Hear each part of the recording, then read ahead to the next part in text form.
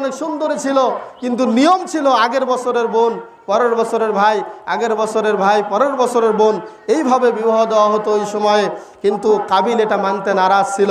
কাবিল বলছে যে আমার সাথে যে বোনের জন্ম হয়েছে আমি তাকেই বিয়ে করব। এই জন্য আল্লাহ পাক বলেছেন আদম আলাইহিস সালাতু ওয়াস সালামকে, তুমি তোমার সন্তান দুইজনকে বলো কুরবানি দিতে, যদি কুরবানি কবুল হয়, যার কুরবানি কবুল হবে সেই ওই ইকরিমাকে বিয়ে করবে।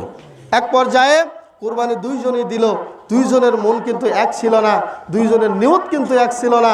কাবিলের নিয়তের মধ্যে ভেজাল ছিল, তার নিয়ত ছিল একটা যে কোনো একটা কুরবানি দিলেই হয়ে যাবে।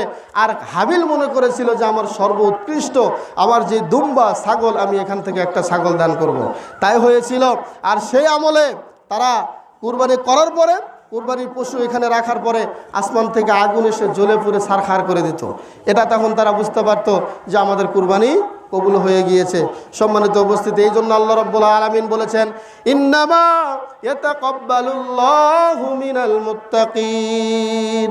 হাবিল বলেছিল, হে কাবিল, বস্তুত যারা মুত্তাকি, যাদের অন্তর পরিষ্কার, যাদের অন্তরে আল্লাহর ভয়, এদের কুরবানি আল্লাহ কবুল করে।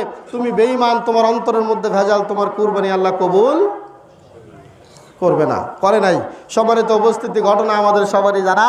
এই জন্য আল্লাহ পাক বলেছেন লা ইয়ানালাল্লাহা লুহুমুহা ওয়ালা দিমাউহা ওয়ালাকিন ইয়ানালুহুত তাকওয়া মিনকুম। আল্লাহর কাছে গোশতও পৌঁছে না, আল্লাহর কাছে কোনো রক্তও পৌঁছে না, আল্লাহর কাছে পৌঁছে হচ্ছে তোমাদের অন্তর, তোমাদের কলিজা, তোমাদের দেহের মধ্যে কি